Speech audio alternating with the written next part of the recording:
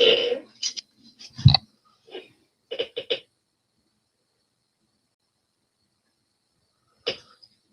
know, excuse me, I think it's sense. It would appear it's changed my mic.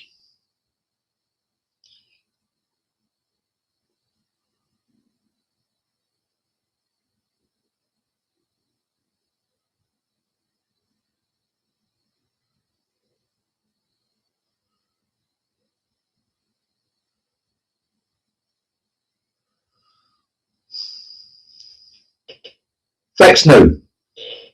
Okay, thank you. Right, sorry about that, folks. Good morning. Don't have time to give you all a mention again. So, we'll just go on with it, shall we? Sunday Two Davies out the talking at home in his office on the 26th of the 2nd, 2026, where it is 10 degrees today. Today's high will be 10 degrees. It is wet at the moment, overcast. There is rain in the forecast for the next few days.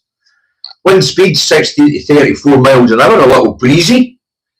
Sunset tonight will be at 17:43, and that will give the people here in my area 10 hours and 23 minutes of daylight today. And there is zero pollen count. Okay, I'm glad the sound's been restored. Let's get on with us. First up this morning, we have their answered, and we don't put their answered up. It's on a crime story. In fact, the first 4 or 5 papers are on this same story.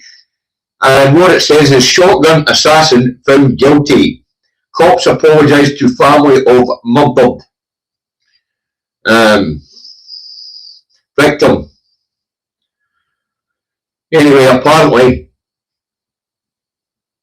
a pensioner, 77-year-old guy called David Campbell, ambushed his ex-colleague.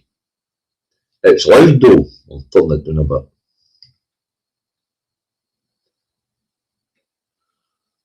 Crackly bit I'll do. I'll check out the mic settings and that after the programme. Just need to put up with it. Anyways, I've seen this guy David Campbell shot an ex-work colleague on a country lane, and the police thought the guy who'd been shot had only just fallen over. Took them 5 days to work out the guy had been shot. The judge in the case called him incompetent, and the headline is clueless. Okay, let's move on. We're on to the Rag the Express next, I think. So let's have a look.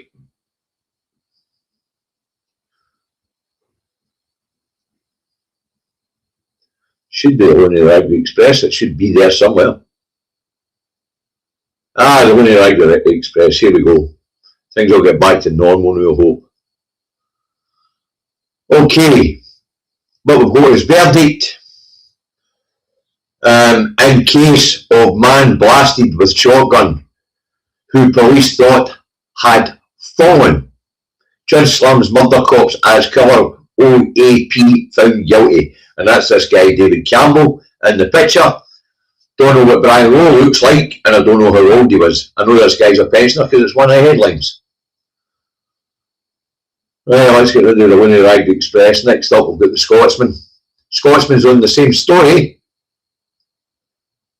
and it emphasises that the police have been forced to apologise to the family. Police apologise for failing as shotgun killer found guilty.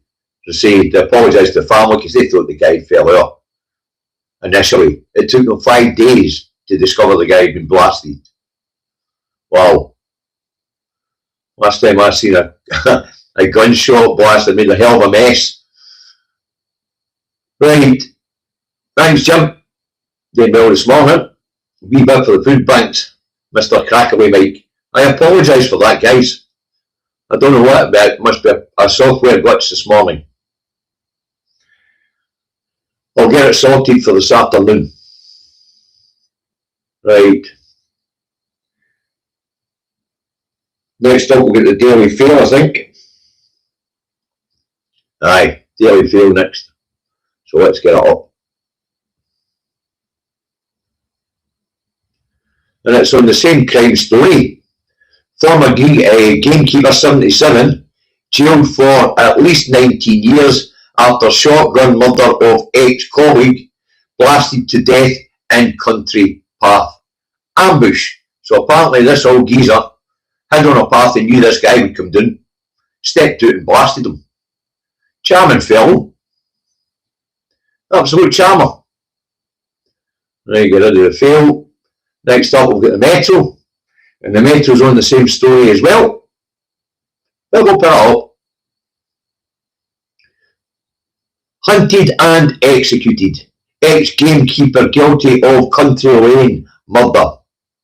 You see, by the time we've read these headlines, we've worked out what happened. We just don't know what his motive is. There you go. So the headlines, we can work out what happened, but we don't know the motive. But apparently, according to the Metro, this guy was hunted and executed. There was some sort of feud going on between the two fellas. Okay. Next up, we'll get the Tory graph. Is that getting interesting for us this morning? SNP order grooming gang public inquiry, and it says here the SNP were dragged screaming and kicking to the decision. I would hope so. Public inquiries are expensive, but as to screaming and kicking, if I remember correctly, as we've been speaking about this one, they initially turned it down. Then they were going to review case evidence. Obviously, the review of the case evidence has said this requires a public inquiry. Whoever it was that reviewed the case evidence. So now there will be a public inquiry. But governments, you can understand them wanting to avoid public inquiries where possible. They are very expensive, and often the recommendations are never implemented. So sometimes it can be a huge waste of public funds. But the person appointed to review child grooming gangs in cases like that in Scotland have said yes, there should be a public inquiry, which would, like John told the Chamber that he would do. So there's about another 50 or 60 million quid sparked up against the wall. Because, as I say, public inquiries very seldom are there recommendations fully implemented. They drag on for years, cost a fortune. But I suppose if there was any lessons to be learned, it should have been in the English, but it should be in the English public inquiry.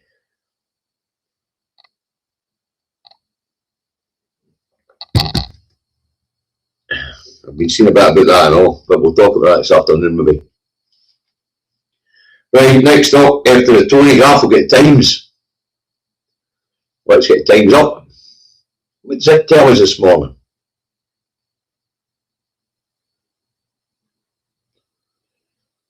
NXT News UK as hub to traffic scores of women. Police investigate up to 60 private flights. So, I wonder where he was keeping them when he wrote them here. Was Andy stashing them at Windsor for him, was he? Wow. Absolute mental. 60 flights. How many people could you get in a one of the jets? His private jet. I wonder how many people you could go on it.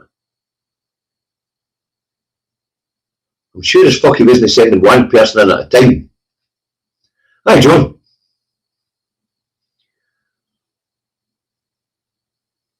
$60 flights with God knows how many underage kids on it to be peddled to people here in the UK. That's bloody shocking. And apparently, the Westminster government's about to stick up tax because we've already had the budget.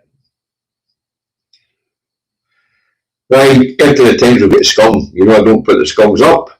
Hits on the BBC's latest scandal, and that is Tourette's storm rages. After how John blames the BBC. Blame the BBC. Why wasn't racist slur cut? Is the question that's been asked in the scum. And the answer from the BBC was serious mistake. I guess mistakes do happen. Right. After the scum will get the Herald up. And what's the Herald telling us today? Minister, I believe hospitals are safe. And this is the junior health secretary in the picture there. You believe hospitals are safe? I'll go one fucking better, Minister. I know hospitals are safe. I know the people who work in them. I know people who clean them, who are porters in them, who are paramedics, who are nurses, who are doctors. I can assure you, Minister, they're all dedicated people and the environment is safe. Treatments don't always go the way we want them, but hospitals are safe. They've been saving lives for many, many years and they're going to do so for many, many more. Fucking silly statement that. I believe hospitals are safe. I'm telling you they're safe. I've been all my life. Under strain at times, especially in the winter. But they're definitely safe. Nonsense. Right, the eye has. Thanks, Viper Scott.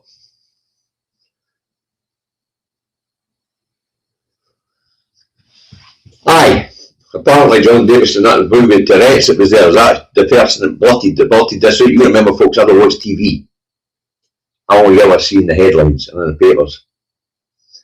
And of course, on social media. Right, what we got next? Next we'll get the eye.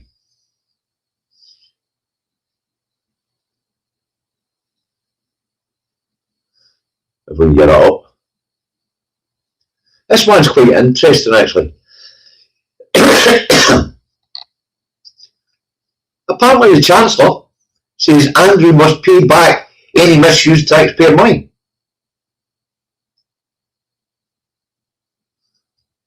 Moral of the story. End the fucking civil list. That way these people, when they get taxpayers' money to abuse. Apparently the Windsors are quite a wealthy family. Huge land holdings. Let them pay their own fucking way. And if they want to contribute to public life, they'll let them do it at their own expense.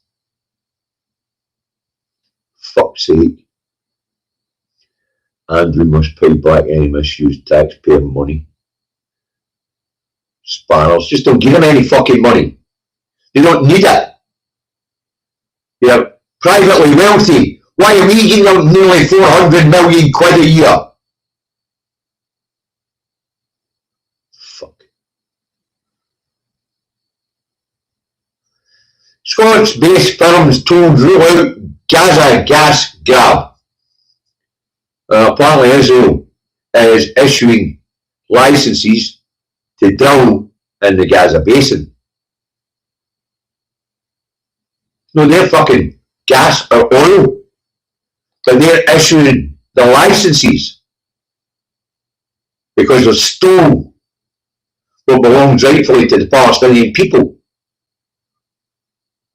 while murdering them daily and flattening their homes, their schools, their hospitals. Fucking sickles should be in jail.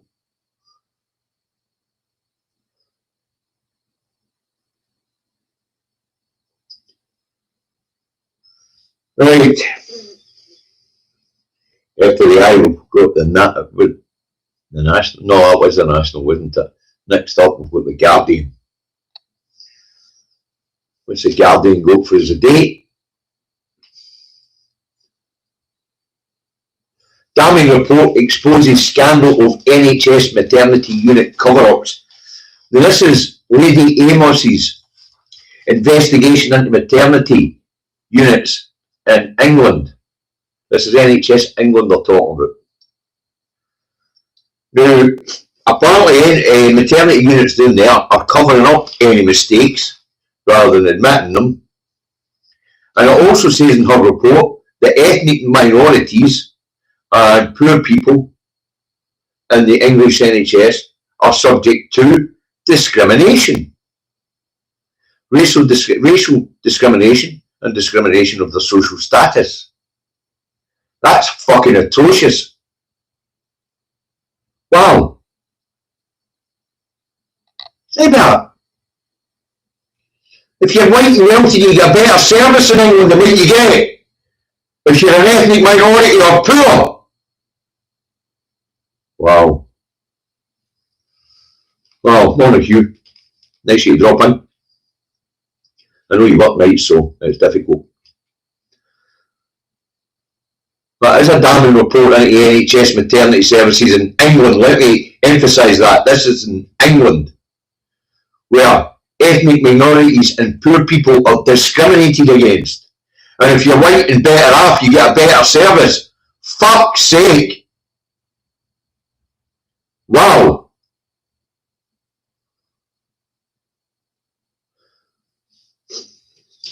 That's shocking. That is shocking. Surely everybody who uses the NHS should get equal treatment. Oh, aye, no doubt DG Marcy, there'll be some lessons to be learnt in Scotland. Either from the report or from the maternity services in England as they try and restructure and make sure everybody gets a fair service. Well, that is a damning report. The ethnic minorities and poor people in England get a lesser service than white, wealthy people. Fuck.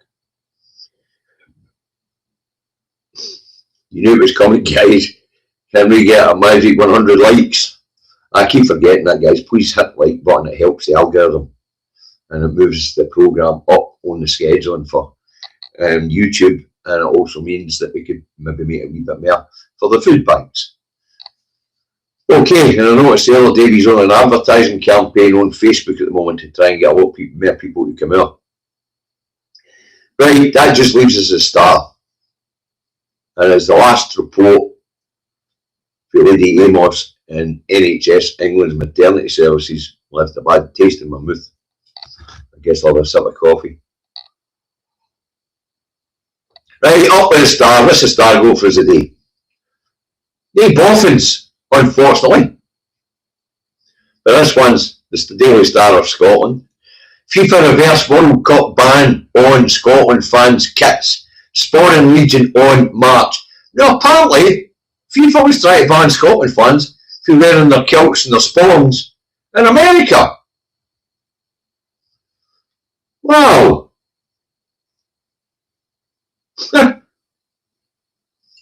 FIFA was going to ban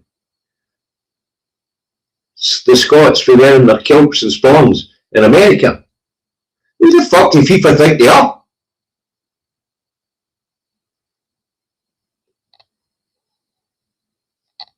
Who the fuck do FIFA think they are? Who gave them the authority to ban anybody's national dress? It's a sporting organisation. It's got no right to dictate to anybody. Fucking FIFA reverse World Cup ban on Scotland fans' kits. I will get a mic sorted for the next rant. We're in, okay. I'll look into it right after I finish here. Are you right, Kirsty? FIFA can FIFA right off. Who did FIFA think they are? Right, well, we'll end that there on a smile, and I'll investigate what the problem was with bloody Mike. Alright, get it sorted out by the time I come on this afternoon. New York City's Scottish Day parade is massive. And Scotland Week they have everywhere. Anyway, that's it for just now. Back at 4 o'clock this afternoon. Okay, don't be late or you're on the naughty step. Alright, bye for now.